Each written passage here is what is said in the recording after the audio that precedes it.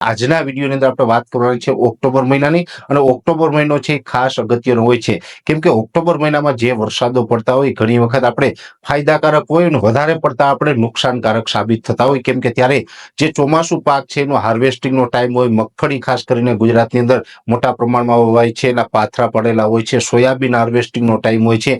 એટલે ઓક્ટોબર મહિનાની અંદર આપણે આમ જોવા જઈએ તો છેલ્લા 2-4 વર્ષથી જે વરસાદો પડી રહ્યા છે એ ગુજરાતના ખેડૂતોને ખૂબ મોટું નુકસાન કરી રહ્યા છે. અને ઓક્ટોબર મહિનામાં જે વરસાદ પડે છે જેને કારણે આપણે પાક છે એ નિષ્ફળ પણ જતો હોય છે.